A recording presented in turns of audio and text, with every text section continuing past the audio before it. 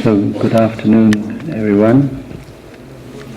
I will begin this afternoon by giving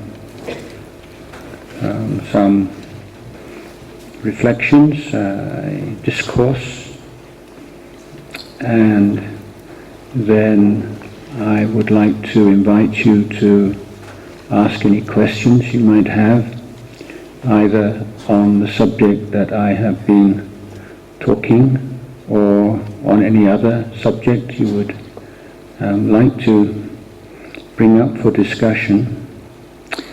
And then to finish the session, I thought we might have a short period of meditation together.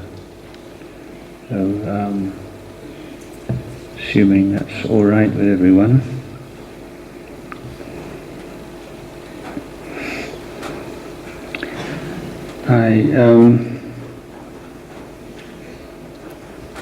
I would like you to imagine a situation in which a young man or a young woman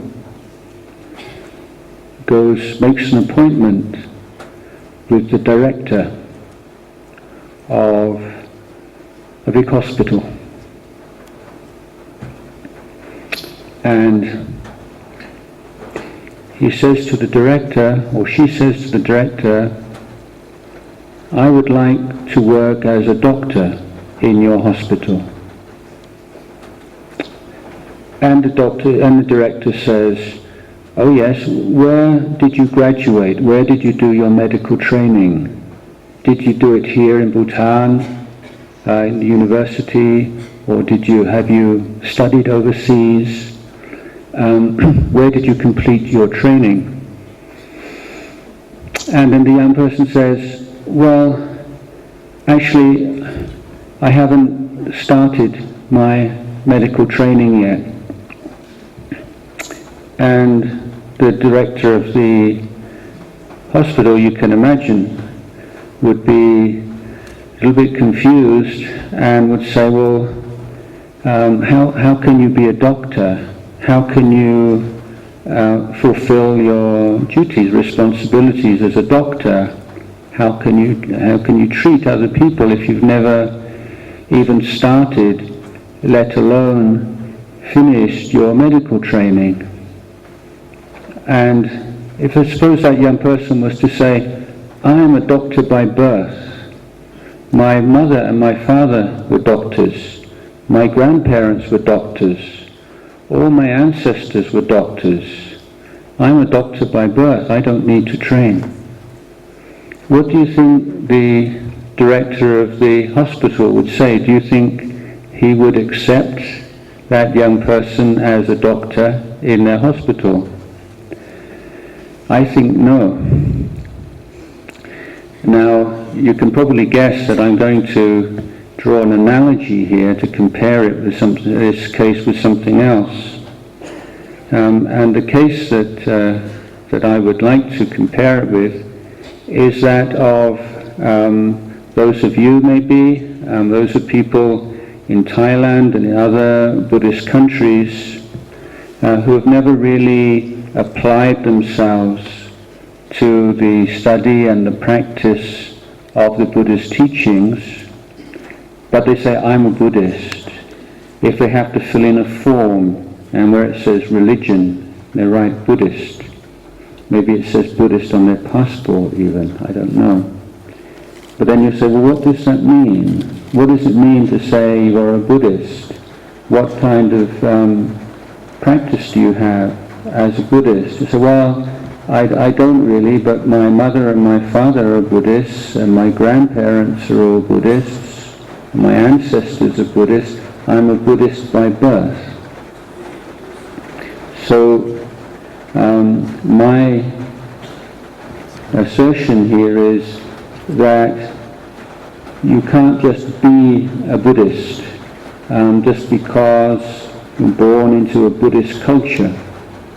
The Buddhist religion is one which requires us to apply the teachings in our everyday life. Most of the major religions in the world are essentially belief systems. They require us to believe in certain teachings and certain beliefs about things that happened in the past, maybe 2,000 years ago. In Buddhism, we don't give that same importance to faith. Now, the Buddha once said, faith is not a true refuge to us. Why is that the case? And the Buddha said it's because it's quite possible, and there are so many cases that we can see where people have an absolute, unquestioning, 100% faith in things which are not true. So there are enough examples out there for you to see for yourself that is accurate criticism. So if it is possible for human beings to believe absolutely in something which is not true, then therefore faith and belief cannot be a true refuge in our life, because perhaps we also are believing in things which are not true. So the Buddha said that faith has a role to play in religious life, but it is a role which must always be governed by the highest virtue, which is wisdom. Faith and wisdom must be balanced. So without wisdom, without using our intelligence and our critical faculty, faith can very easily become fanaticism or superstition.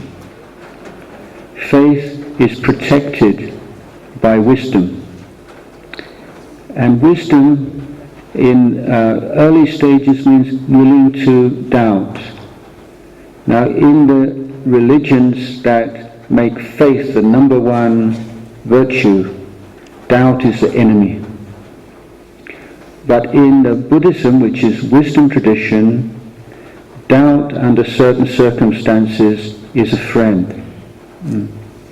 Because it reminds you that you don't really know. So there are certain teachings of the Buddha which we cannot prove for ourselves right now. And we as Buddhists can believe in those teachings. There's no problem about that. But always we have the voice of wisdom in our minds reminding us that believing is not knowing. Believing something and knowing something are two different things. So we try to verify the teachings of the Buddha in our own experience by learning from our life. So the teachings of Buddhism are not so subtle and profound and esoteric that we don't have the capacity to put them to the test. To begin with, the Buddha is pointing out some very simple truths that nobody, I am sure, would contradict or would argue against, but which have profound implications for our life. One of them, the central truth of all life, is that everything changes. But the fact that everything changes is not enough to, or the recognition of that is not enough to produce wisdom. What we have to understand and see clearly is that everything changes according to causes and conditions. Everything outside of ourselves, everything inside is one and the same process. Now, let's say you had something, let's say a telephone, or let's say this watch, and it went wrong.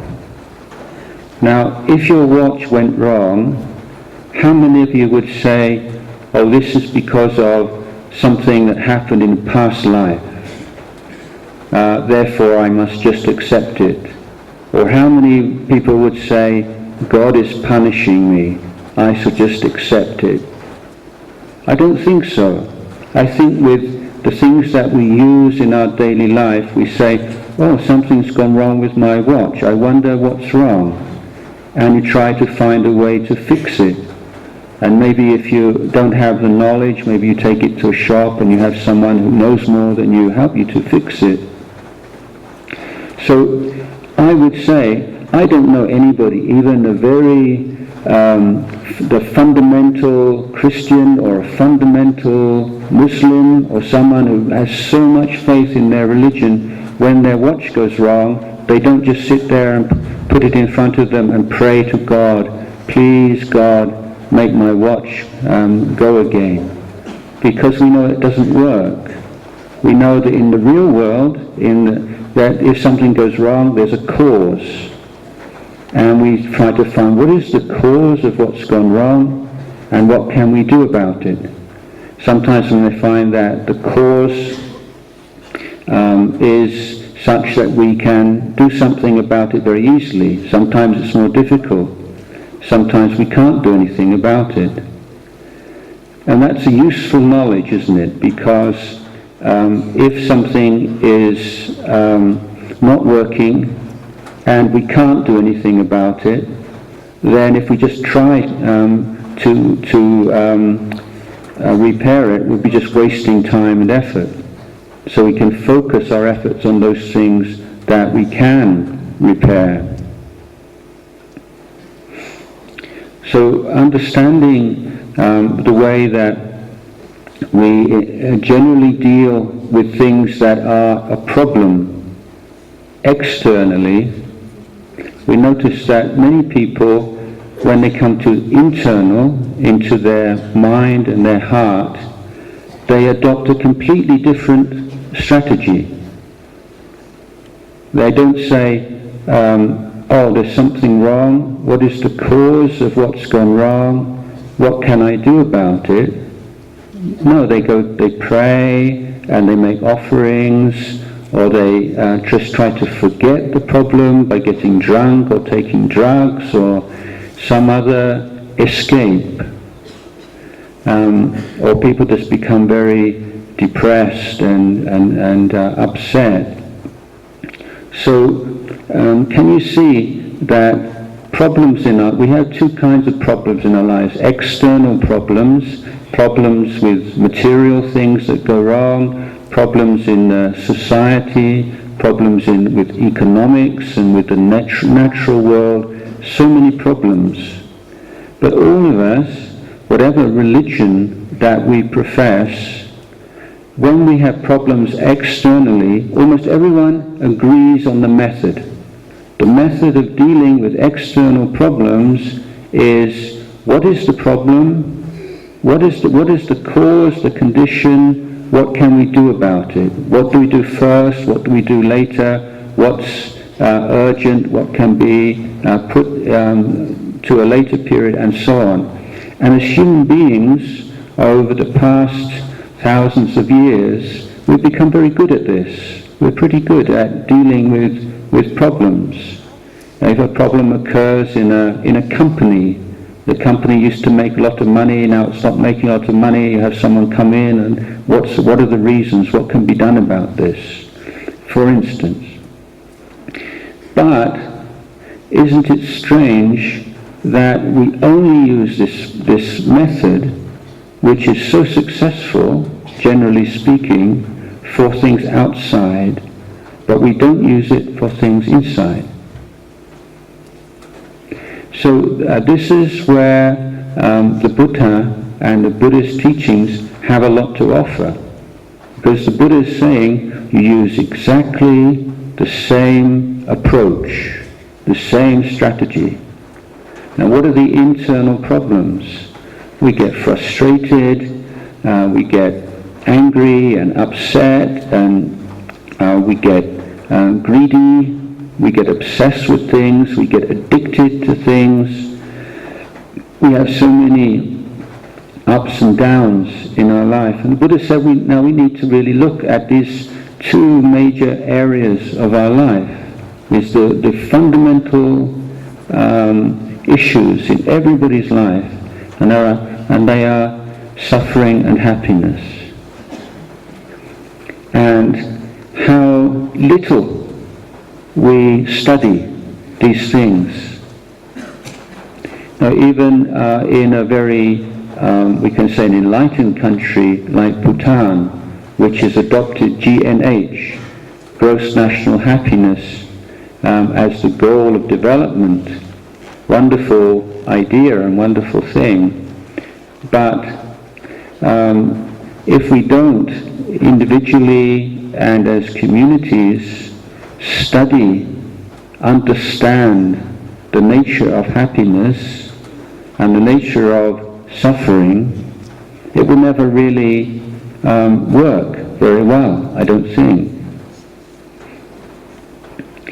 Now, when we turn our attention inside, there's a lot of resistance.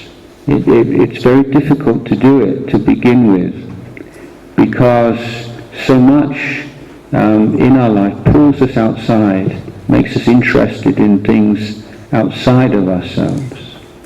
And so people become obsessed even with the news, have to watch the news and listen to the news all the time.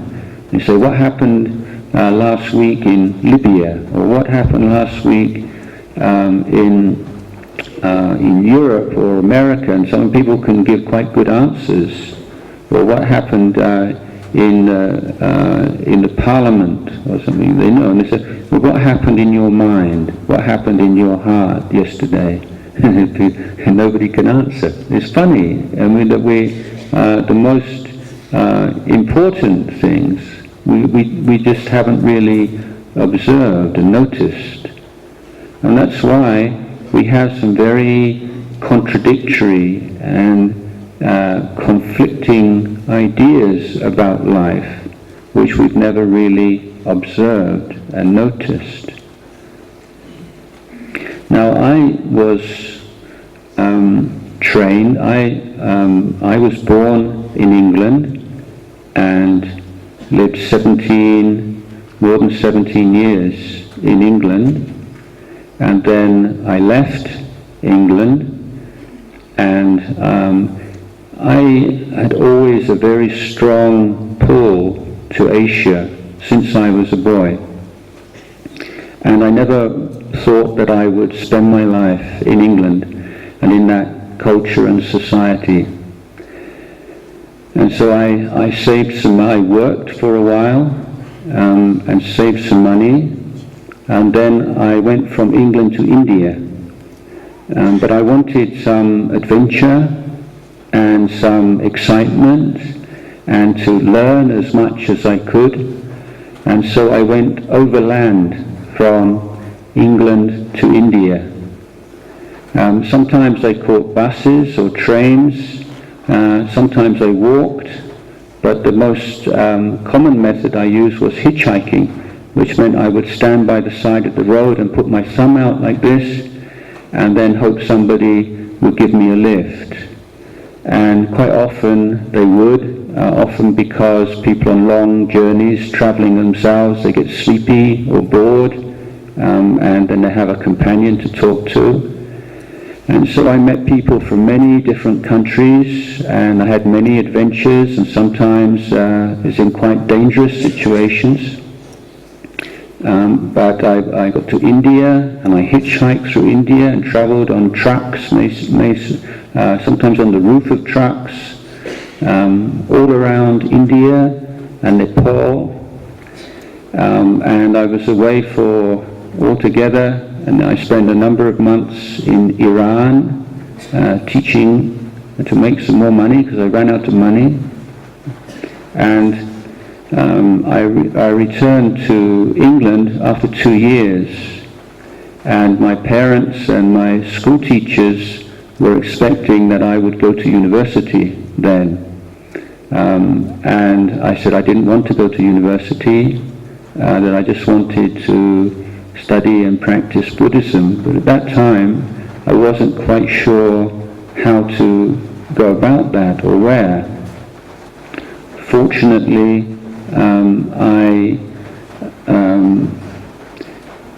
I went on a meditation course with an English teacher who had been a monk in Thailand for 6 or 7 years before leaving the monkhood and returning to teach Buddhism in England. And he would tell stories about the time he was a monk. And that's when I realized that this is what I've been looking for the past 2 years. This is the way of life which I would find most fulfilling. And so in November of 1978, like 33 years ago this month, I traveled to Thailand, and I made a determination that I was going to stay not less than 5 years, no matter what happened. So you can imagine I was only 20 years old, and I got off the plane in Bangkok. I didn't know anybody. I couldn't speak Thai language, and I took just a few dollars with me. I didn't want to have any money because I was afraid if something I had difficulties or it got tough, I might be tempted to go back to England. So I thought, just to avoid that problem, I won't have enough money to go back. And I determined that I'm going to stay for 5 years, no matter how, whether I like it or I don't like it, whether it feels a good thing to do or a bad thing to do. I will reserve my judgment for 5 years until I have sufficient experience to decide whether, in fact, I am that the monk's life would be the best life for me. And I was again very fortunate that I went to stay in the jungle, in the forest, in the northeast of Thailand, in quite a backward, remote area of the country, and to meet a very great teacher and to become his student. And in fact, from the moment I met my teacher, I never considered leaving ever again. And now I've been in Thailand for 33 years, as I said. Now my teacher, he didn't speak any English, and as I say, I didn't speak any Thai language to begin with, and there were more and more young men like myself from all over the world who were gradually converging in this forest with this teacher at that time. And I had friends from Germany and Sweden and Israel and Australia and New Zealand and America and Canada and Mexico and South Africa and so many countries. Young people looking towards Buddhism and wanting to become Buddhist monks. And there was one occasion in which a Thai person came to the monastery and he saw all the monks from different countries, and he was surprised and confused, and he said to my teacher, Ajahn Chah, he said, all these monks from different countries, and they don't speak Thai yet. How do you teach them? How is it possible? He said, do you speak their languages? Do you speak English or German or Japanese? And Ajahn Chah, my teacher, said, no. He said, well, how do they study? How do they learn? So my teacher said to them, to this man, in your farm, do you have any buffaloes? And he said, yes, Venerable Sir. Do you have any cats? Yeah, dogs? And he said, yes. And do you have any chicken? He said, yes. And he said, do you speak the buffalo language? He said, no. He said, do you speak the chicken language? He said, no. He said, do you speak dog language? Well, how do they all stay and live with you? So my teacher said, the teaching the Westerner is not difficult. It's like the buffalo. You just have the rope and you just pull him this way and you pull him that way, and before long he picks up what he has to do. So it was the teaching that the language was not so important. What was important was the strong confidence that this is a training and a teaching which works, and to see the teacher as a proof that this teaching is not just for monks in the time of the Buddha, but just ordinary people like us. When we train in the proper way and practice over a number of years, then we can see some real results. Now my teacher, he had a lot of knowledge of the scriptures and the ancient teachings, but the way he taught was a very direct way. And when I was first there, at that time there was a lot of hard work in the monastery, and our life was quite a tough life, because we would get up in the morning just before 3 a.m. and then we would have the morning service with chanting and meditation until 5 a.m. and then we would do some cleaning, and then at about 5:30 everyone would walk with their bowls out into the surrounding villages to receive the offering of rice and food. Now, because the monks in Thailand, we can't cook our own food, and we depend upon the generosity of the lay people. And the monks in the forest, like myself, we also cannot touch money, so we have no independence.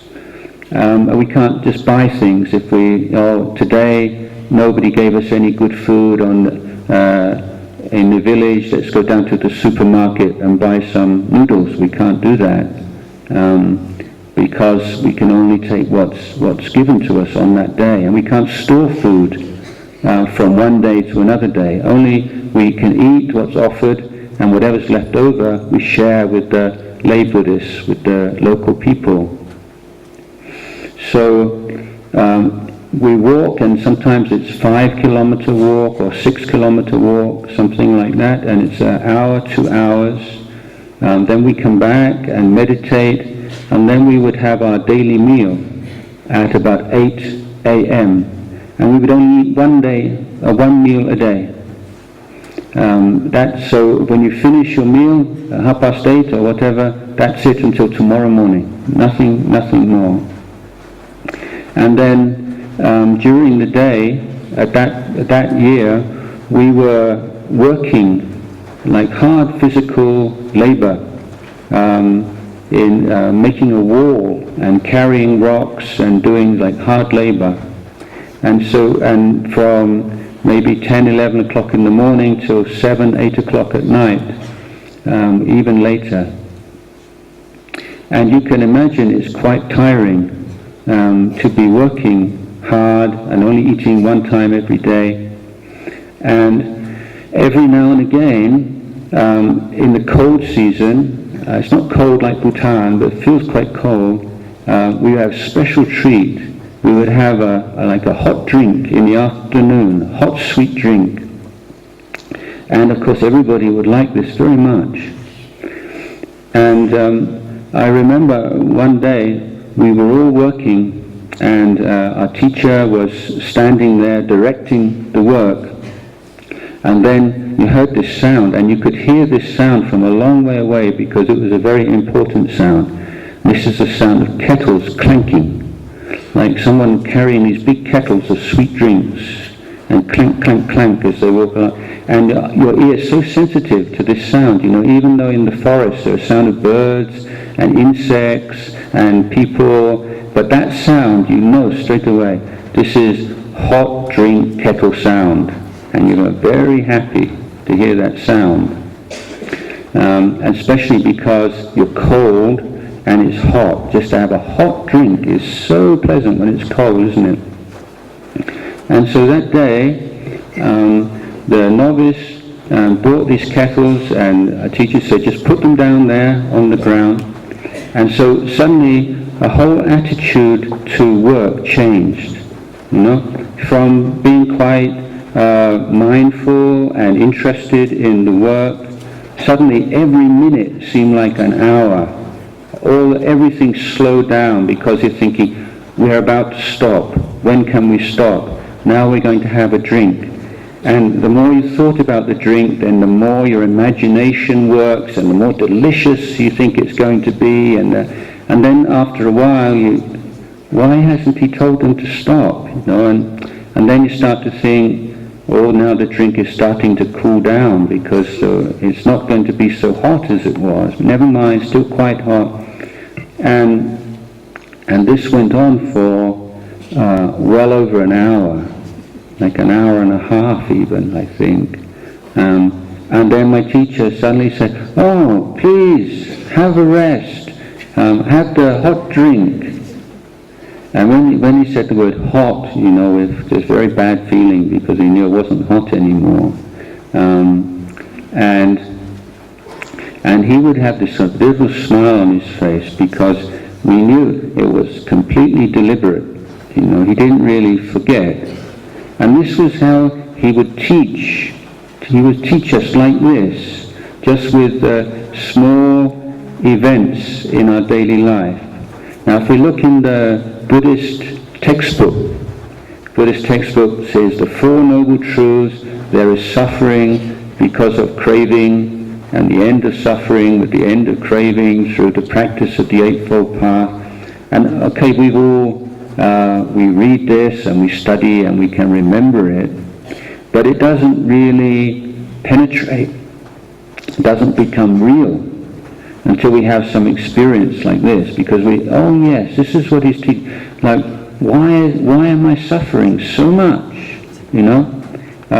If, for instance, like the day before, there was no drink that day at all, and we knew right from the beginning, today no drink, don't think about it, there's no suffering. But the moment they hear the clank, clank, clank of the kettle, and you think, I'm good, and you actually feel in your stomach, this is good, it's like your stomach's just getting ready to welcome the hot drink, and then, as I say, you begin to see what, clocks and watches, they lie. In a watch time, a clock time, 1 minute is always 60 seconds, 1 hour is 60 minutes, and it's exactly the same. But in your feeling, it's not. When you really want something, every minute before you get that, it just seems so slow, doesn't it? Or when you're really enjoying something, how quick, it's a whole hour's gone by. Where did that time go? So our experience of time is not the same as clock time. And we see that, and the effect that desire and craving has, and how where as long as we really want something and we feel we can't be happy until we have that one thing, then we suffer. So after that, I learned my lesson, you see. And in future time, when there was a drink came, I just made this determination in my mind. If I have a drink, it's okay. If I don't have a drink, it's okay. Never mind. And it was all right after that, because I didn't have even though I was cold and hungry and would like a drink, but because I didn't feel I have a right to have the drink, or that I was waiting, when can I have a drink? Why doesn't he tell us to stop? It's not fair. All those thoughts in my mind, I cut them off. I said, don't think that way. You don't have to think that way. Just think, if you have a drink, it's wonderful. It's very kind of someone to make a drink. If you don't, it's all right. So this is the way that when I was a young monk, that the teachings that I remember the most didn't come from Dhamma talks like this and discourses, because to begin with I couldn't understand the language very well at all, but they came from these daily experiences. And I'm saying is our education, when do we become educated? When does education take place? What is education? No? And I think we need to open up our idea of what education actually is. It's not just the absorption of information and intellectual skills, but also very importantly, we need to be developing life skills. Now, if we consider intelligence or the intellect as something separate from the other parts of our life, I think we make a big mistake.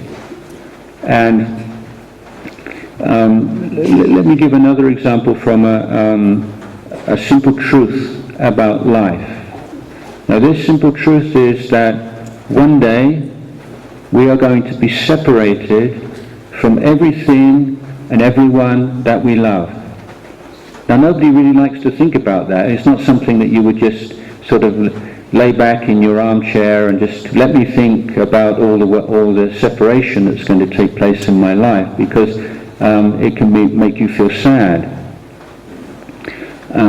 But even so, we have to acknowledge, yes, everybody who has ever been born in this world has either died in the past or will die. Every single one of us here, we can say, without exception, is going to die one day. Is that true? Yes, absolutely. And sooner or later, everyone we love will die. Our mother was going to die, our father is going to die, brothers, sisters, when we get up, when we get older, children, sometimes even children, will die before their parents, which is the most awful thing that can happen. But if we talk about this as a general principle, everyone can just nod their head, yeah, that's true, yes, that's true. But when it actually happens, it's something else completely again, isn't it? It doesn't, that intellectual knowledge, it just hasn't helped us in any way at all. And we feel like we've never been told that before, ever. It's just, yes, that's true for people generally and for the human race generally, but somehow we thought we were kind of an exception. And so the Buddha said that our intellectual understanding, if it is not based upon a foundation of emotional understanding and a real integration of the truths of life into the way we experience ourselves and the way we live in inner life, then it has very little value. Now, when the strong emotion takes over our mind, our thinking, our intelligence, or an IQ disappears, goes out the window. We become very rigid, and the mind just falls into the rut. We can see if you're very afraid. Have you ever been really afraid of something? You notice when you're really afraid, you can't analyze, you can't think, you can't plan. You're afraid that someone's going to kill you, or something terrible is going to happen to your family or to yourself. All your thinking just freezes, doesn't it? And it's the same also when you really, really want something very badly. Notice that even if you are very smart and very intelligent, top of your class even, when you really, really want something, you don't think very well. Have you seen that's the case? And if you study history, then you will see over and over again very, very, very smart people doing very, very stupid things. Now, why is that? In recent history, one of the smartest, most intelligent people to hold public office in the Western world was President Clinton. In fact, President Reagan had Alzheimer's for a period that he was president, and President Reagan, you may not know, he and his wife were very devoted to astrology, and they would always ask an astrologer before they made an important decision. So you may think astrology is only something occurs in this part of the world. So we had a president who developed Alzheimer's while he was a president, and he was made important decisions based on astrology, and he's generally considered quite a successful president by many people. But anyway, one of the smart presidents was Mr. Clinton, and people would say he's incredible. You could give him a book, like a thick book, in the morning, quite a technical book, and in the evening he could discuss that book with you. He read it, and he managed to extract all the most important points, and was able to talk about them and to analyze them. Quite incredible intelligence. But then during his time as a president, he did a very stupid thing. He was married, and he had an affair with a young woman who was one of his assistants. And he destroyed his reputation and caused great problems in the political world and for his country, simply because when he had a very strong sexual desire, he just stopped thinking. So all that incredible intelligence, he just put it to one side, just forgot about it. It didn't function in that area of his life because a strong emotion took over. When people are very angry, it's the same.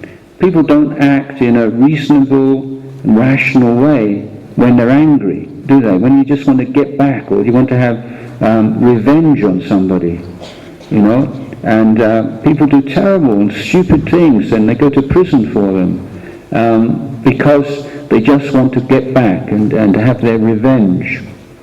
So these are just a couple of examples which show that the development of your intellect is not separate from the other parts of your life. Some children, adolescent children, they have a very lonely life at home. Perhaps they only have one parent, or perhaps their parents don't give them so much attention, and then they become very attached to their friends. And the thing that they fear more than anything else is to be rejected by their friends. And then maybe, if they're unfortunate, their friends like to drink or to take drugs.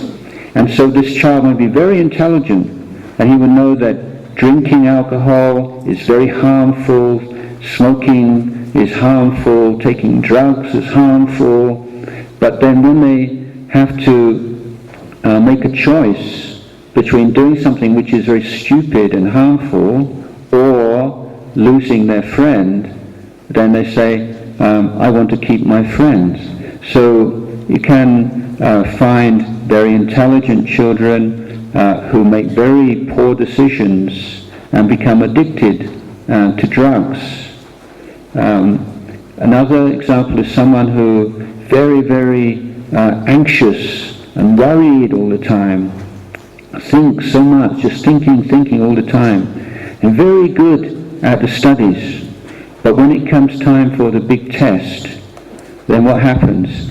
So anxious, they can't sleep and just worried. What happens if I don't pass my test? My mother and my father will be so upset and so disappointed, and just think, and that worry and anxiety is the very thing that stops them doing well on the test. They have all the knowledge in their brain, but they can't access the knowledge because the emotion takes over.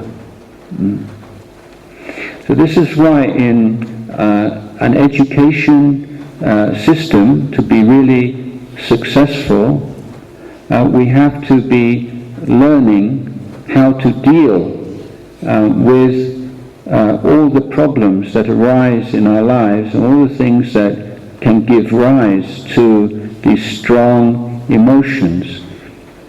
So there are 4 kinds of effort that we need to make.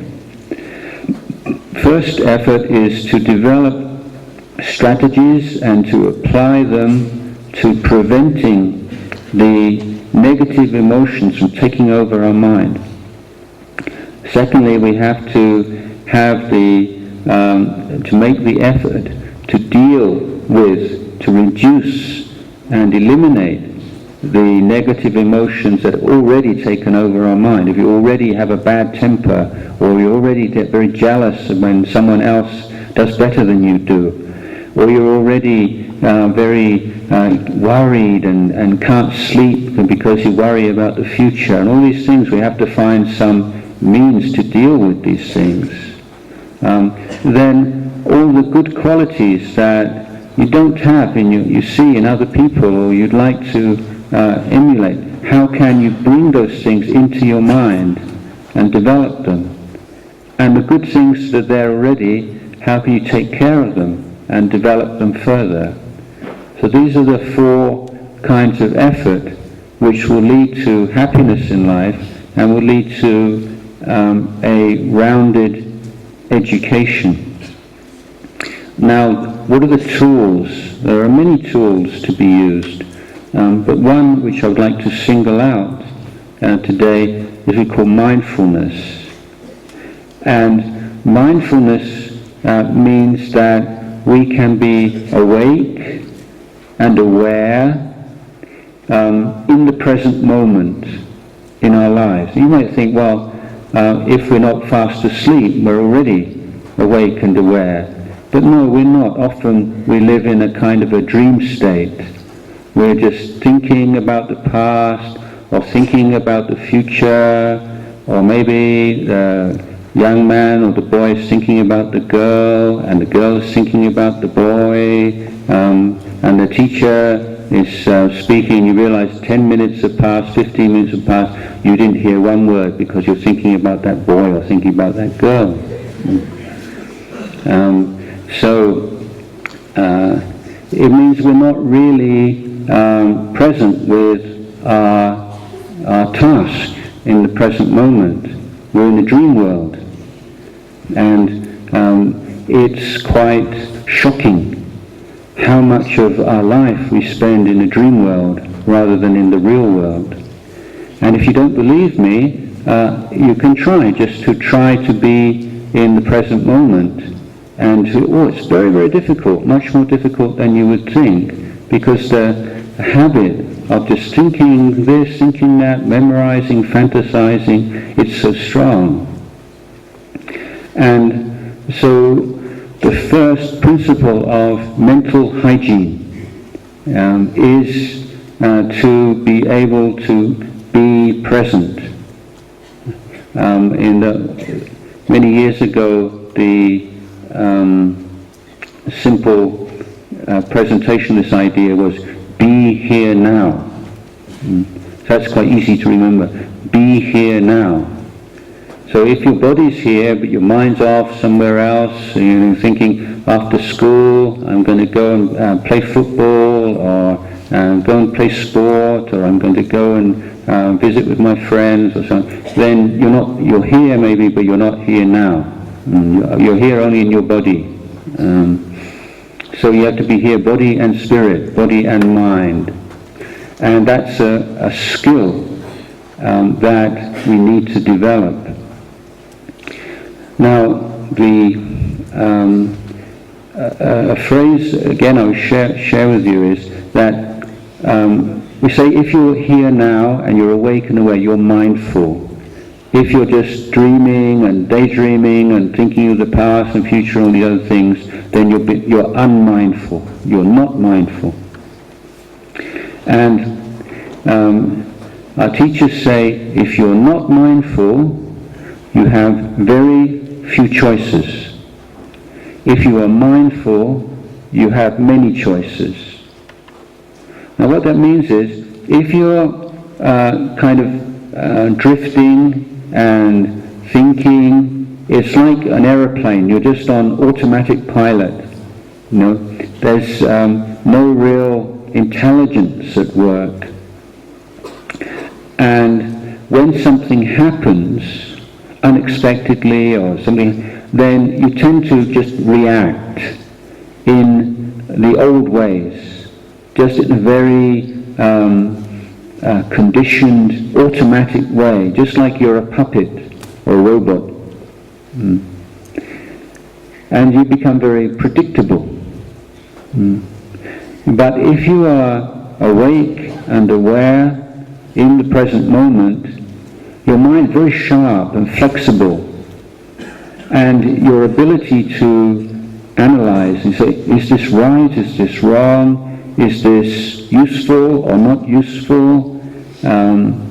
All these kinds of wise thoughts arise because you are in the present moment.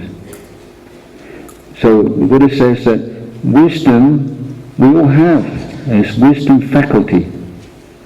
But because our minds are just drifting, we are not really able to use that. So when the mind is sharp and aware and present, then the useful and insightful thoughts arise, and you can act in very creative ways. This is where creativity really takes place, where you're not just looking at things in the same old tired way. You're not just reacting, just saying the things you've always said and thought the things you've always thought, just going round and round and round and round. But the mind becomes fresh, and you can see things in a fresh way because you are awake and aware in the present moment. And the mind which is awakened is a very powerful mind, and is, if you can use the energy that appears when you put down all your usual distractions, you can find you have an instrument. It's like a laser beam. It's so strong and so powerful. So if you imagine a light source with very many little holes where the light is just dissipating and just disappearing into the atmosphere, but then you make an efficient kind of vessel for that light and focus that light, then it's amazing. Or maybe some of you have got a magnifying glass before, and you hold it in a magnifying glass focusing the rays of the sun, and then you can burn paper, or when I was a schoolboy, things like this, you burn paper and incredible. The sun's there, and you maybe just feel not very warm on your skin. But with a magnifying glass, and you focus the sun's rays, it'll be so powerful it can burn things. And the mind is such a powerful instrument, but we don't know how to focus the power of the mind. We just let the mind just wander off here and wander off there, and it's such a shame, that you have this capacity, you have this potential in your mind that you're not really making use of. So, to begin with, we need to develop the power to sustain our attention, to increase the attention span. Now, this is one of the things which your generation and we differ very much from people in the old days, or even country people these days in Bhutan or even in Thailand. When I was first in Thailand, we would have once a week we would not sleep. Everyone would stay up and meditate all through the night. And many of the local village people would come and join in with the monks. And we give the Dhamma talks late at night.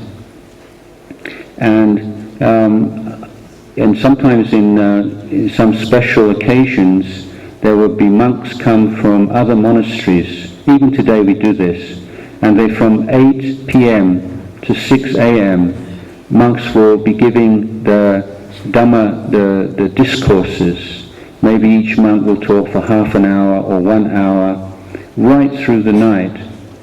And I was so amazed that the old people, village people, could sit just very straight and listen to one talk after another for hours and hours and hours. They have very strong attention span, very long attention span. But these days, the technology and the environment is encouraging us for our attention span to become shorter. So you can see this with like internet. Like when internet first came, you try to connect with the website, and then after a few seconds or maybe a lot of seconds, then the website comes up, and then you want to you click something, then you have to wait for another period. But then because that was all that you had in those days, you think, wow, it's incredible, just a few seconds or 30 seconds and you can access all this information. It's incredible. But then the development, now we have like high-speed Wi-Fi, and if you've been using high-speed Wi-Fi and you go to like a low-speed phone connection, oh, come on, why is it so slow? You get so impatient because you're used to everything. You press, you click, and then it comes immediately. And you can see if you live in your life with computers where there's instant response, you click this and that happens immediately. After a while, you just expect it.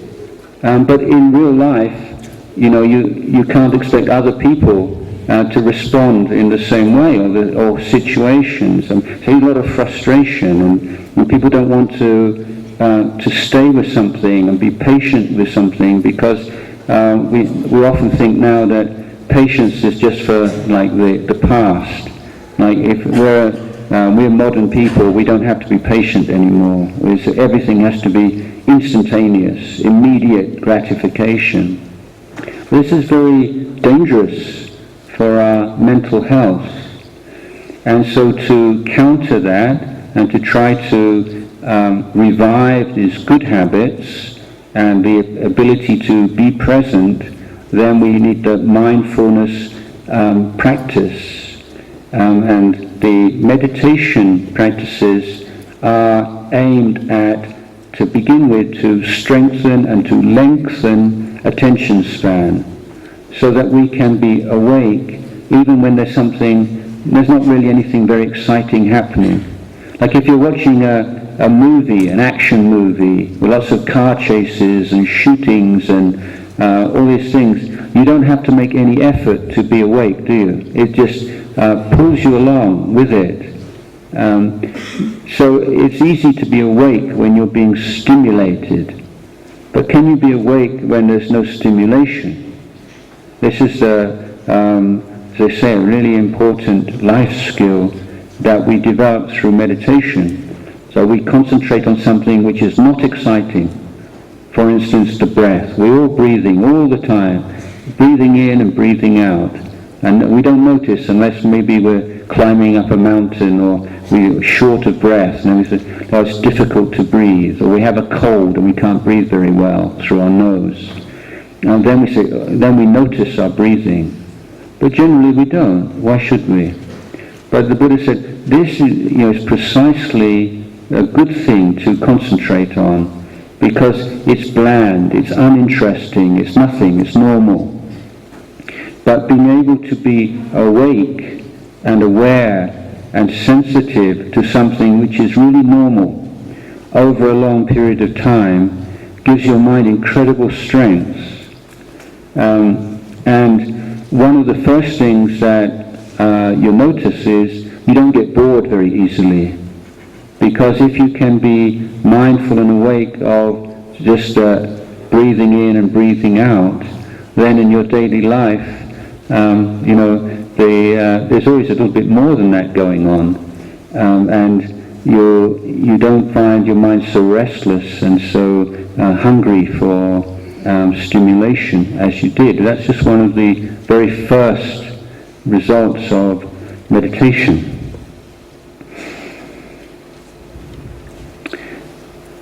Okay, so I've been speaking for quite a long time already. You've been very patient listening to me, and so to give us enough time for the questions and answers and for the meditation period, maybe I'll leave my talk at this point, and now I'd like to invite anyone who has anything to say or to ask about anything at all.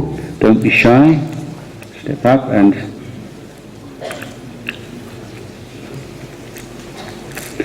who's the brave person who'll be the first one? It's easy to be number 2 or number 3, but who's going to be the brave person, be the first one to stand up and ask a question?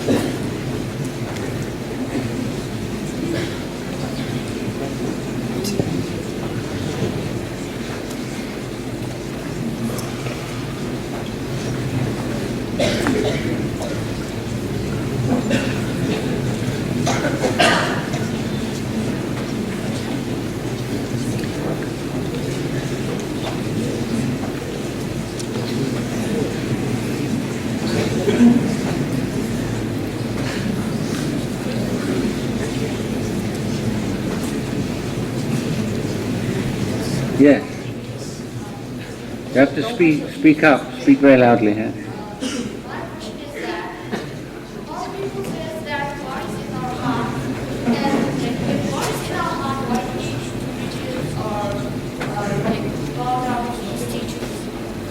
I'm sorry, I couldn't hear very clearly. Could you come a bit closer? Do we have another microphone? Do we have a second microphone?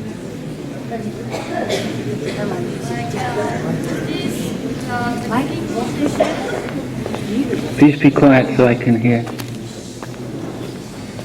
People say order and beliefs are in our heart. If we have that part to believe and realize that God is in ourselves, then why we need to preach the statues and all this? So why do we have to preach to the statues, and why do we have to bow to statues? Okay. Yeah. Okay. I understand the question. Thank you.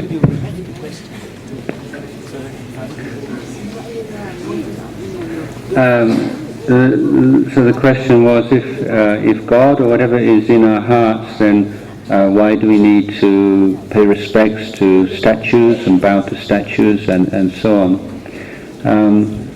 I myself, as a Buddhist monk, don't think about things in terms of God. I don't really understand that word very well. But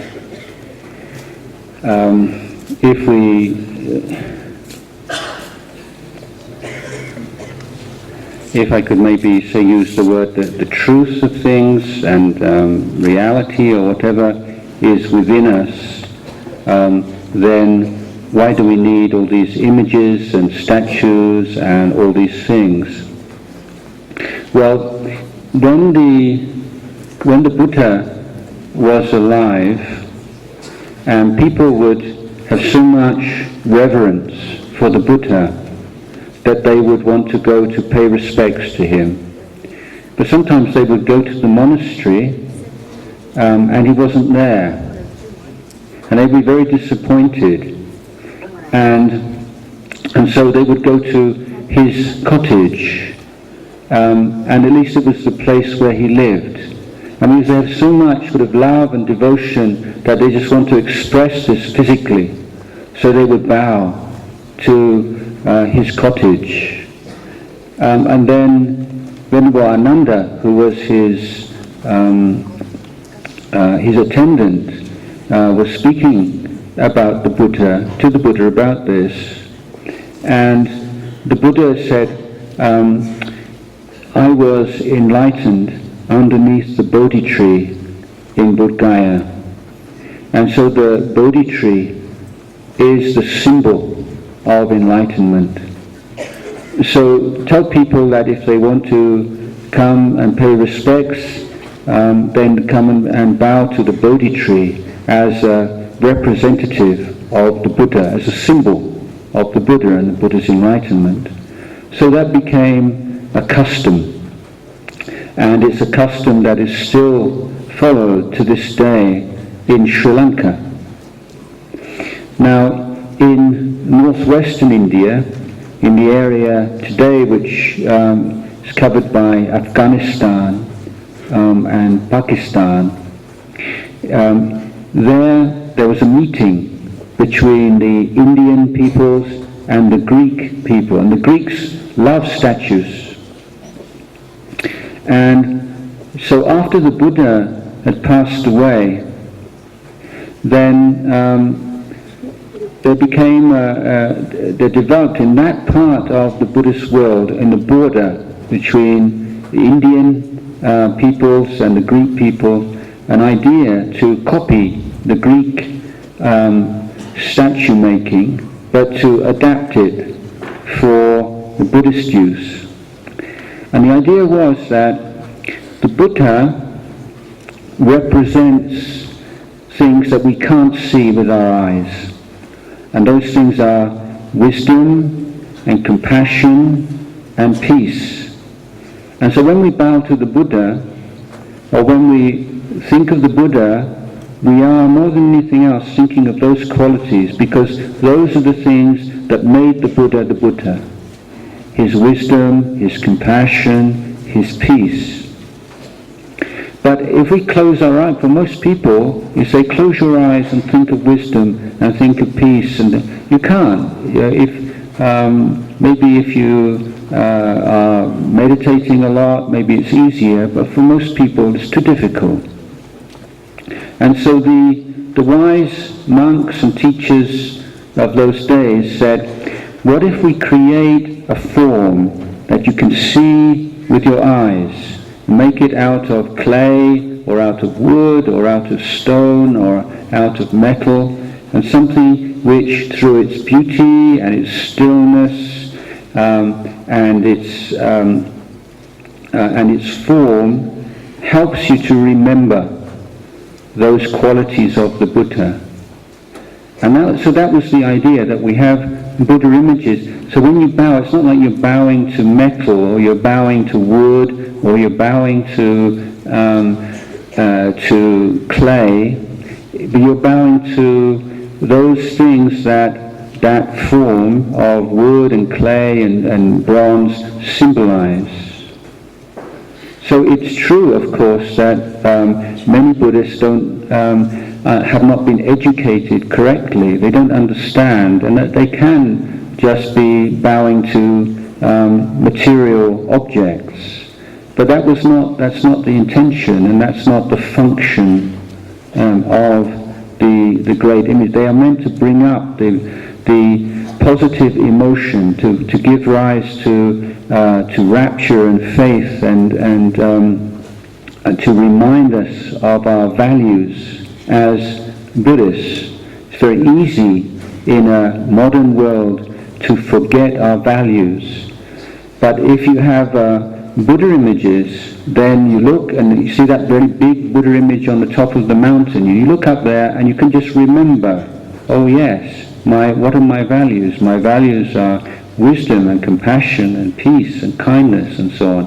So they're ways of reminding you of your role as a Buddhist. So I would compare this criticism of people bowing to a form of bronze or wood and clay and so on. You say, let's compare it with someone watching a television. So you say, look, all you're really seeing on television are like little dots of light and different colours, electrical impulses. There's nobody in there's not anybody really in that television. There's no actor, there's no singer, there's nobody in there. You're just seeing patterns of light and sound. But why are you laughing and enjoying so much? Isn't that superstitious? We say, well, no, because we understand that this is a symbol and it's a representation of something real, which we can derive benefit from or enjoyment from. So if someone was to say you're being superstitious because you're just looking at a box with patterns of light on it for hours a day, you'd probably think it wouldn't be a very fair criticism. And for a wise person, then the Buddha images they don't necessarily have to be, but they can be very useful tools in our lives as Buddhists.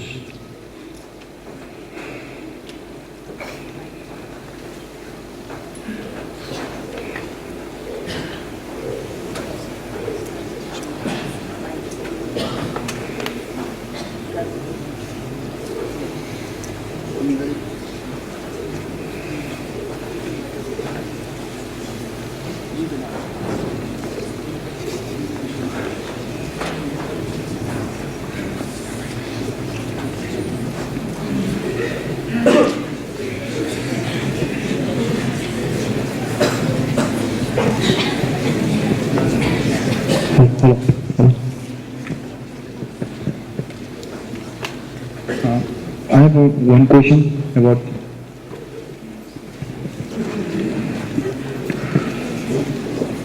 Lord Buddha was also born in India, but why there is difference between the Buddhism and the Hindu religion?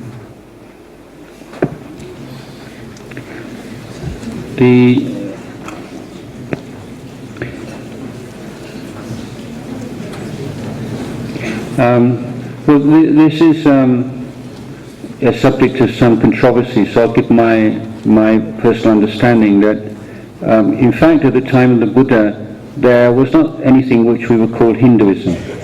There was Brahman religion, and which was the kind of the main religious tradition, and then you had many called samana religions, or religions that had very many different philosophies, theories. And so at the time of the Buddha, it was the most advanced, sophisticated period of religious development in human history. So many different teachings and philosophies and religions. Now, the Buddha was born into the Brahmin system and religion, but he was one of those seekers for truth who rejected that system. He stepped out of the caste system, and his monastic order, the Sangha, when they became monks, then they gave up their caste identity. They were no longer Brahmins or Kshatriyas or Sudras or whatever. They were Buddhist monks.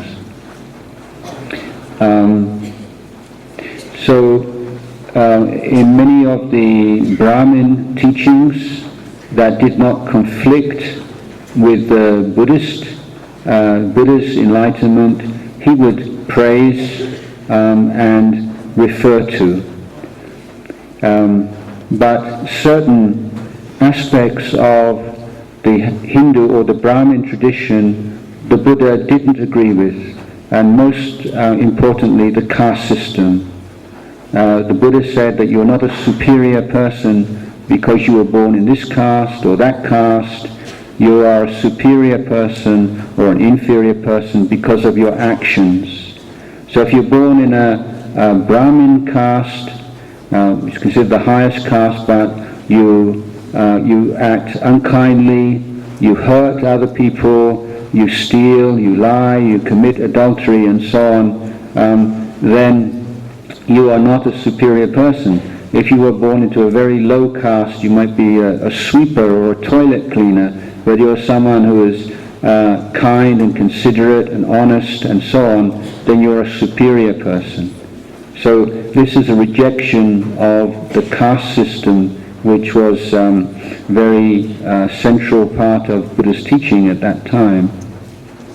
Now, Buddhism spread throughout northern India, and then with the arising of Mahayana Buddhism, it spread a great deal, and the Brahmins felt threatened by this, and there was on many occasions Brahmin kings who would oppress Buddhists and kill monks and so on, although generally they got on reasonably well. But then some many hundreds of years later, a great sage rose in southern India called Shankaracharya, and Shankaracharya was the person who was able to forge a new kind of Brahmanism in which he adopted some of the most popular of the Buddhist teachings, Mahayana, for instance, vegetarianism. This was not a Brahmin tradition, but it became identified with what we know as Hinduism. And some of the other Buddhist teachings, and so there was a revival of the Hindu or the Brahmin. You see, Hindu really means Indian. It's not like a particular teaching. It's an umbrella term. It covers many different gods and goddesses and practices and beliefs. So we can say basically Hindu is the Indian religion, and it's unified by the adherence to caste system. And within the Hindu tradition, there are some sects and some which are very close to Buddhism, and some which are very different. So it's very difficult to analyze Hinduism.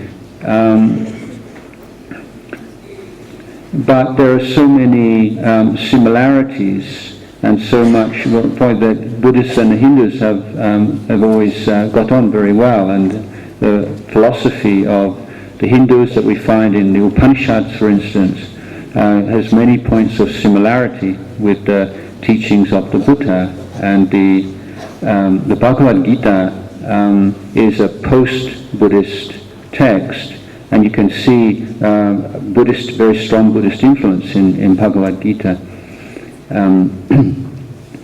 So the Buddhism arose in a Brahmin society, and subsequently the Brahmin religion reformed itself and absorbed certain elements of Buddhist tradition, and over the course of time, we have Hinduism, whereas the Shivite Hinduism, the Vishnuvite, there's very many different branches of Hindu tradition.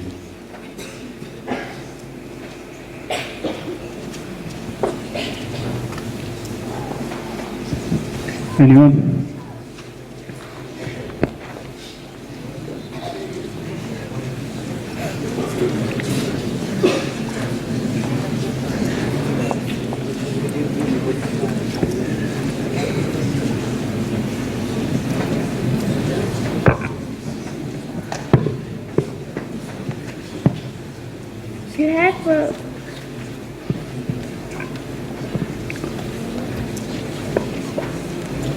You have a good afterlife. It is not necessary to have a religion. All we have to do is just be good. Can you please elaborate on this statement? Well, there are two very big words there. One big word is religious, and the other big word is good. What does it mean to be good? People have many different ideas of what it is to be good. And we know, for instance, these days that there are young men and women in certain parts of the world who feel that to be good they need to blow themselves up and kill many other people who they don't agree with or belong to other religions, and they feel they're being like a good Muslim, for instance, in doing that. So we have to be clear, what do we mean by goodness? And then what do we mean by being religious as well? As I say, in most religions in the world, the emphasis is on believing things. And so when I became a Buddhist monk, one of my aunties said, "I'm just so astonished because you've never been religious." And she meant I never believed in religious teachings or Christian teachings in that way. So if we think religious means believing in things or performing certain rituals, yes, we can say they're not the essence or not the force leading to a good rebirth, but it's the quality of your actions of body, speech and mind. But to determine what does that mean, the quality, or what does it mean to have good body, speech and mind? This is where we have to analyze and to look at that. So I'm saying in many religious traditions they say that goodness is not the point. For instance, if you speak to what we call like a fundamentalist Christian, they will say that if next life, if you go to heaven, there's only one thing that matters, and that's you believe in Jesus, that he died for your sins. And that if someone in another country, whether it's Thailand or Bhutan, they're a very honest person, very kind, very good in all, but all those things, they don't mean anything at all if they don't believe in Jesus. Because if they don't believe in Jesus, they can't go to heaven. So it's in Buddhism that we say that it doesn't matter. You can believe in Jesus if you like, you can believe in Muhammad, you can believe in the man in the moon, or you can believe in nothing at all. But if you lead a good and a kind life, you are creating the causes and conditions to be reborn in a good place. So this is why I think Buddhism is like universal teaching. And also we do find this in the Hindu tradition. So the religions that grew up in India do have this kind of idea more strongly. But that idea that goodness is the, rather than so-called religious beliefs, that is, I think, quite an interesting and fruitful and useful idea.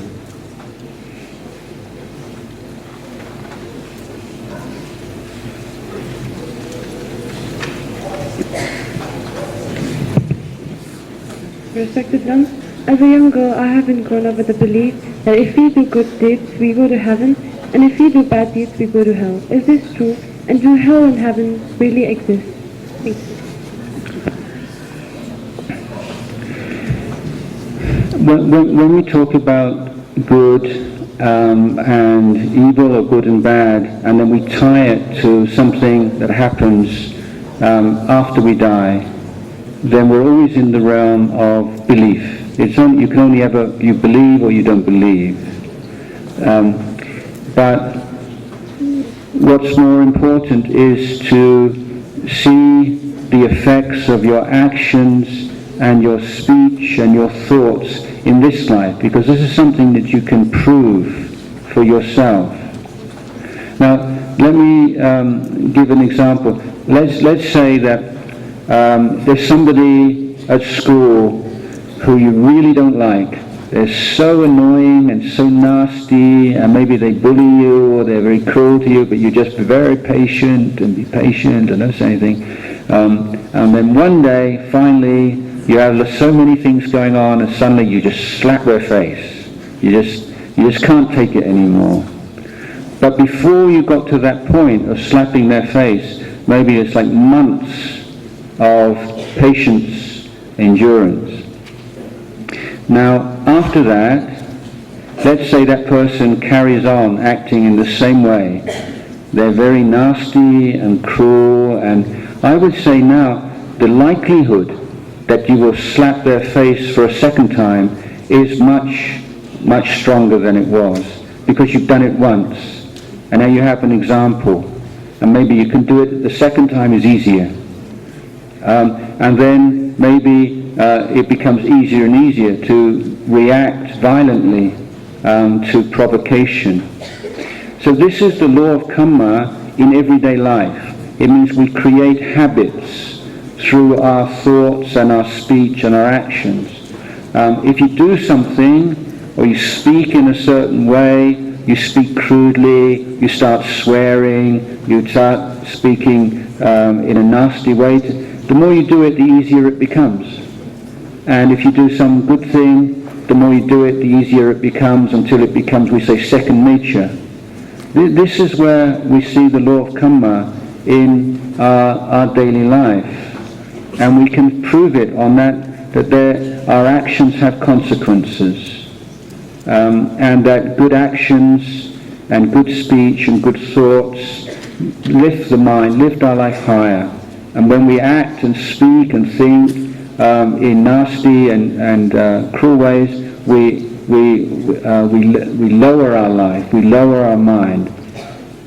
And so the law of karma, I think we should look at this side of it much more than just talk about what happens in the future. And it's not so, there isn't just heaven and hell, there are all different realms of rebirth, and the human realm is one of those. It's not just black and white, you either go to heaven or you go to hell. That's a non-Buddhist, that's a Christian or a Muslim belief. We don't accept that in the Buddhist tradition. And certainly eternal heaven and eternal hell are not part of our religious and cultural traditions. Now, there are teachings by the Buddha about heaven and hell, and I would like to give an analogy to how do we deal with that when it's something which is completely outside our experience. We have no way of proving it. So my analogy is we're traveling in a strange country we've never been before. And some kind person has given us a really detailed map. And so we walk along and we look to our left and we look to our right and we notice the landforms and the buildings and then we look at our map every now and again and we check. And after a while we see every single thing that we see with our eyes is exactly, accurately represented on the map. So as we walk along the road, the more and more times we check the map and we find that it's accurate, then we have confidence in the map. And this is what we can call faith. Our faith is one that's based on checking and looking. Do the teachings accord with our experience? Okay? So it's just like checking the map. Now let's say after a while you've been walking for some time and you open up the whole map and you look up in the top corner of the map or somewhere so far, you don't know whether you're going to get that far. It's a long, long way away. And then you see something which you've never seen in your own country. Let's say,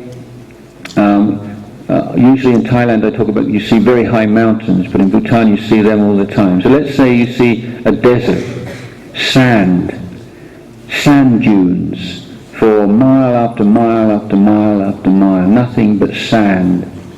And you from Bhutan, you've never seen a desert at all. And you think, well, that doesn't seem likely. There's nothing I've ever seen in my life which is anything like that. It doesn't make sense. Surely not. That's your common sense speaking.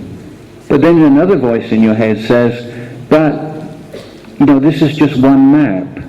Is it really likely that the area of the map that I have checked out is completely accurate, and the area over there which I haven't checked out is completely inaccurate? So now you think, well, yeah, it doesn't make sense either. So you have some kind of a debate in your mind. And I think that for me, then the wise way is to say, well, this map so far has proved such a good and accurate map that I'll just take as a working hypothesis, just for the time being, I will take the map to be completely accurate. But I'm aware that I don't actually know for sure. This is just my confidence in the map and the map maker. So when we read in the Buddhist texts about heaven realms and hell realms and hungry ghosts and animal, all these different realms of beings, yes, we cannot, at this point, we cannot prove those things, but we say, well, the Buddha is so wise and is in all the things that the Buddha's taught us that we can put to the test so far, they've all proved to be right. There's nothing wrong yet.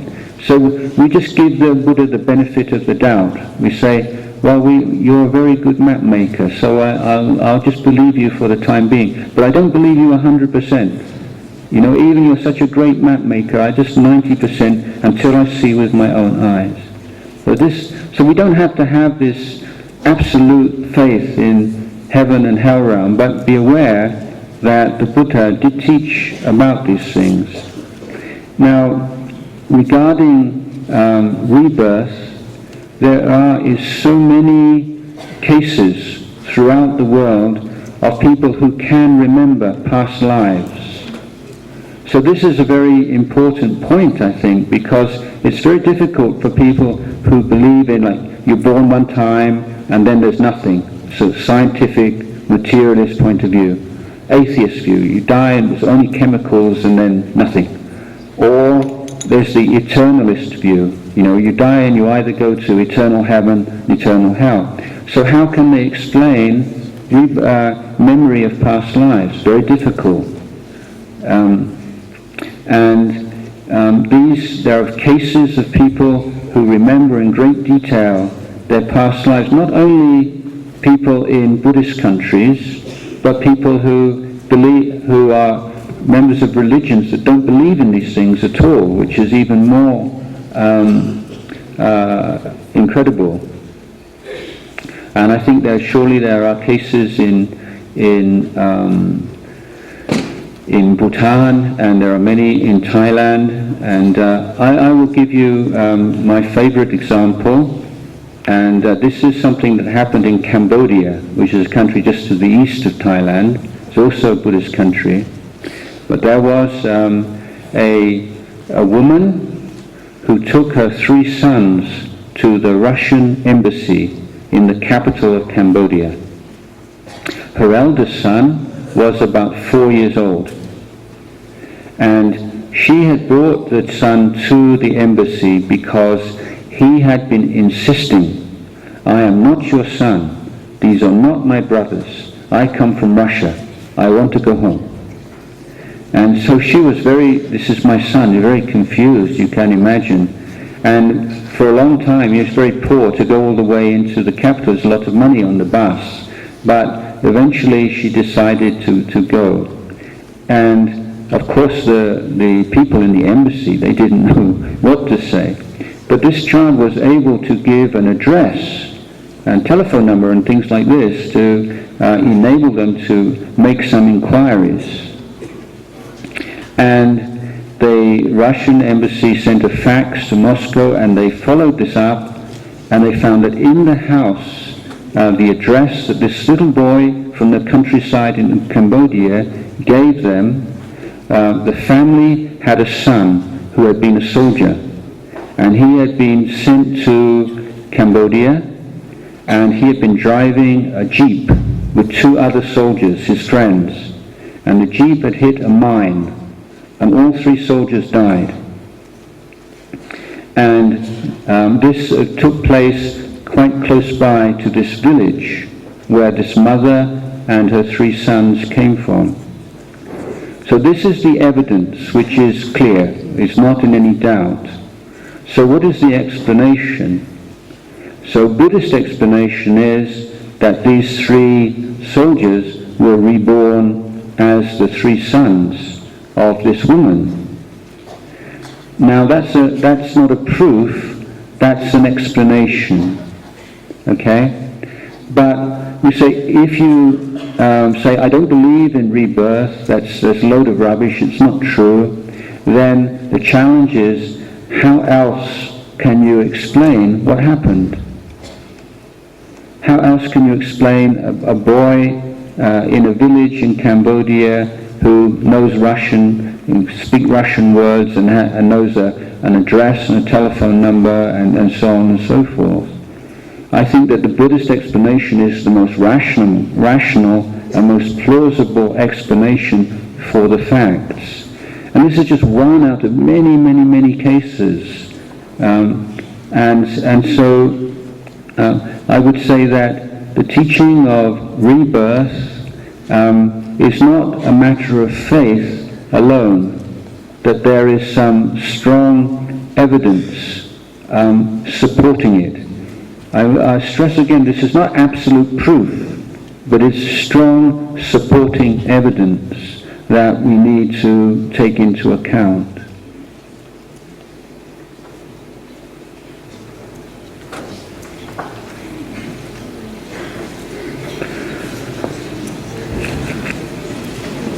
Okay, we'll have one more question, and then we'll have the short meditation period to end our meeting this afternoon.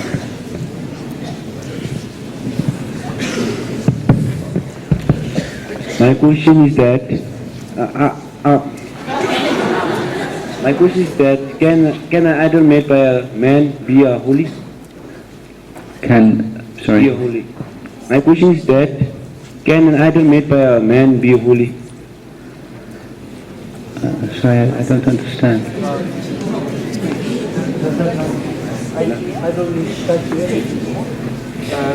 He means to say that a statue made by a man can become holy. or can a statue become holy? That's a very good question, and a difficult one to answer. In that, if let me start off with something else. If you have a space, a room, or like an altar room, or a meditation room, and you only use that for that one purpose. Say you have a room, you only meditate, and you and other people use this room only for meditation for a long time, then I think anybody who walks into that room, you feel this is a very special kind of atmosphere. There's some, and it's hard to explain, like in scientific terms, what is it? But somehow you just feel peaceful when you go into that space. And I think that, and I can't explain this, but with some relics, and not relics so much as statues and holy places, what we call holy places, because of the devotion of so many people, thousands and thousands of people sometimes, over hundreds and hundreds of years, that there is an atmosphere around those places that you can feel, a sensitive person can feel. What it actually is difficult to say. There are the devas, the gods. These are also beings that are being reborn, but people who have sent it to the heaven realms, and the devas, and some of them they dwell in these kinds of places. There are devas, there are deities who dwell in trees, tree-dwelling deities, but deities are drawn towards holy places. And so, and some people who have developed the meditation practice to a very high level, it's like they have an extra sense, and they can see these devas. So if you have developed the meditation to quite a high level, then you can see it's like just light, like areas of light that in the trees and around. And if someone is very highly developed, they can actually see the devas. They can see these heavenly beings. But this is, it's like you have to have a very, very, very refined instrument. Just like to see the faraway galaxies, you need a hugely powered telescope. And very few people do have this gift. But this is the reason why certain places do have such a powerful feeling. One is a result of all the devotion over many, many years from many, many people, but also the heavenly beings who guard and protect those places.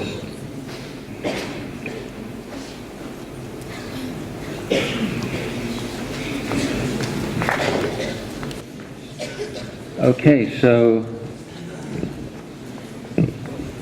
may I ask a question? I understand now in all the schools in Bhutan you have to have a daily meditation, is that correct? Yes. And what is the technique? What do you do when you meditate?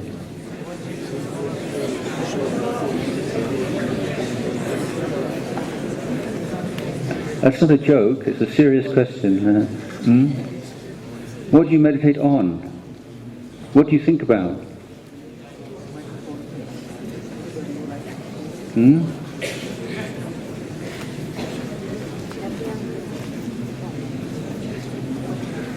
So if you're just closing your eyes and thinking about what's for lunch, that's not meditation. Okay.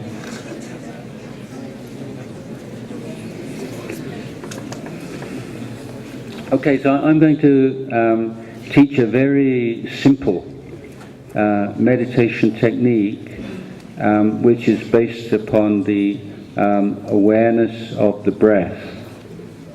Now, one of the reasons why people get bored or discouraged with meditation is because it's very hard to see progress, and you think, I'm just wasting my time, nothing's happening.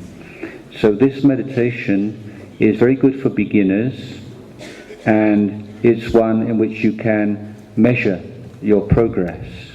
And you can see, oh yes, I'm getting better at this. So that will give you some interest. Now what you do is that when you start to meditate, and meditating, always try to keep a straight back. That's quite important. Not rigid, but you're just naturally straight. And close your eyes, and then just bring your attention. First of all, just relax. Just take 2 or 3 deep breaths. And then as you breathe out, just imagine all the anxieties and the worries and the pain just leaving your body. It's just going all out of you with the out-breath. And as you in-breath, just feel light and peace and calm just coming all into your body and your mind. So this is just a first preparation. It's like a cleansing. Just use your imagination that your body is just filling, as you breathe in, your body is filling up with calm and peace and brightness, happiness. And as you breathe out, just let go of all the suffering and the stress and the pain.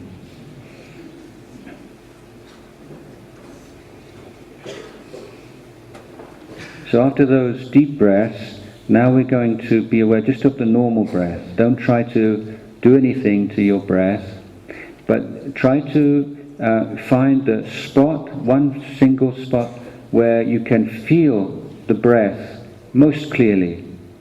So for most people, it's around the nose. It might be inside your nose, or at the tip of your nose, or just above your lip. Doesn't matter, but that's your workplace. That's where you're going to establish your attention on the feeling, on the sensation of the breath as it comes in, as it goes out of your body.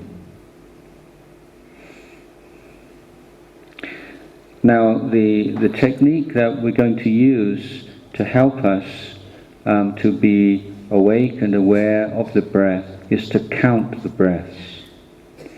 And the way we're going to count the breaths is you count on the in-breath 1, and on the out-breath 1, and then in-breath 2, out-breath 2, in-breath 3, out-breath 3, in-breath 4, out-breath 4, in-breath 5, out-breath 5. And when you reach 5, if you've reached it without forgetting what you're doing, then you start again and you count 1, 1, 2, 2, 3, 3. But this time you count to 6.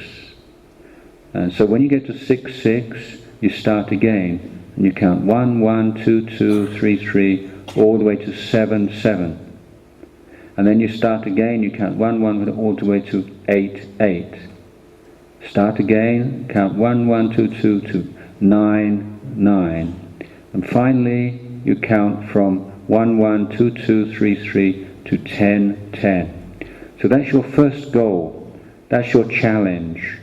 Can you count 1 to 5, 1 to 6, 1 to 7, 1 to 8, 1 to 9, and then 1 to 10 without getting distracted or forgetting what you're doing?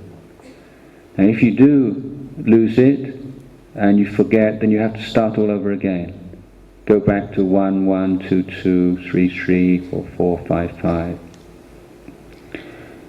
And so it's more difficult than you might think, but it gives you something to aim at.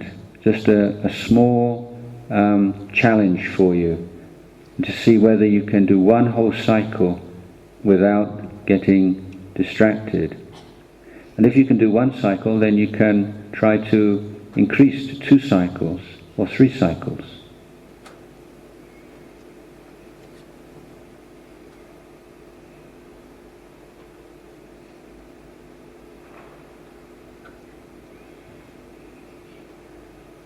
Now if you do get lost and start thinking about something else, then never mind, that's completely normal. So don't make a fuss about it, don't worry about it. Simply re-establish your attention, start again, very patiently but very firmly.